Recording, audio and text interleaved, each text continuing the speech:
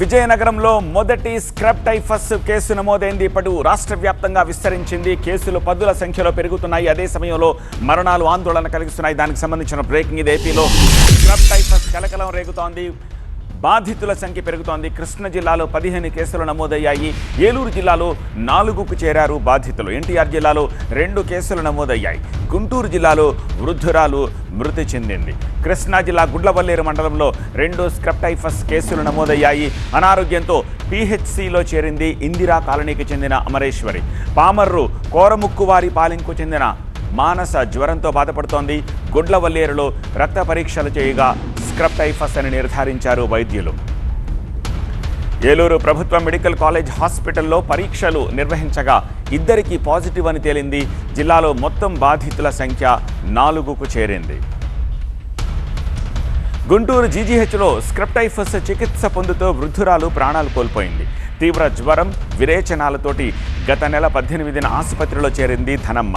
ప్రకాశం జిల్లా ఎర్రగొండపాలెంకు చెందిన ధనమ్మకు scrub typhus సోకినట్టు నిర్ధారించి చికిత్స అందిస్తున్నారు వైద్యులు. చివరకు అనారోగ్యంతో క్షీణించి ఆమె ప్రాణాలు కోల్పోయింది.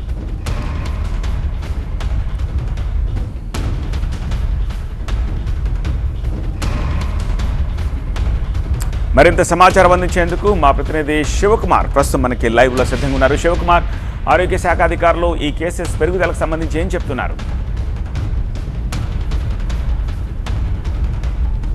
ఏపీలో ప్రమాదకరమైనటువంటి జ్వరం పంజా విసురుతుందని చెప్పుకోవచ్చు. రాష్ట్ర వ్యాప్తంగా ఇప్పటికే సబ్స్క్రైబర్స్ కేసులు కూడా నమోదవుతున్న నేపథ్యంలో ప్రజల్లో కూడా ఒక ఆందోళన నెలకొన్నటువంటి పరిస్థితి.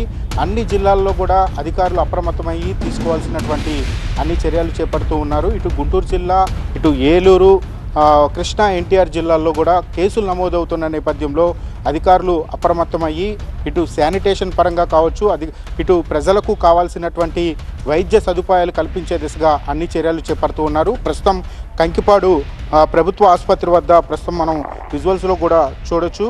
ఎవరైతే లక్షణాలతో ఆసుపత్రికి వస్తున్నారో వారికి వైద్య సేవలు కూడా అధికారులు అయితే అందిస్తూ ఉన్నటువంటి పరిస్థితులు అయితే కృష్ణా జిల్లాలో కనపడుతున్నాయి. అయితే ప్రధానంగా డాక్టర్లు కూడా ఈ సబ్ ట్రైపర్స్ విషయంలో ఎవరు ఆందోళన చెందాల్సిన అవసరం లేదు, ఇప్పటి వరకు కూడా ఎవరికి ప్రాణ నష్టం జరగలేదని చెప్తూ ఉన్నటువంటి పరిస్థితి.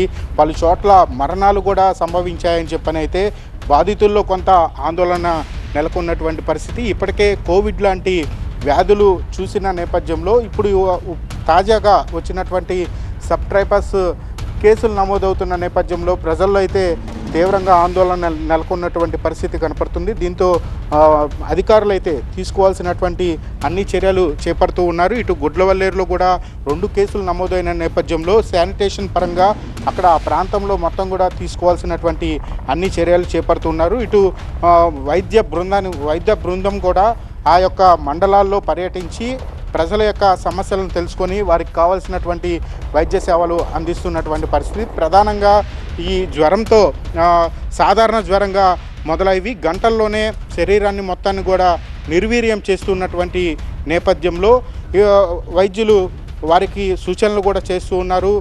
వచ్చేటువంటి వ్యాధి గ్రస్తులు కూడా జ్వరంతో పాటు కండరాల నొప్పులు, దగ్గు, జలుబు లాంటి వ్యాధులతో ఆసుపత్రులకు వస్తున్న నేపథ్యంలో ఆసుపత్రుల్లో కూడా ప్రత్యేకమైనటువంటి వార్డును ఏర్పాటు చేసి వారికి కావాల్సినటువంటి వైద్య సదుపాయాలన్నీ కూడా అందిస్తున్నటువంటి పరిస్థితి అయితే కనపడుతుంది.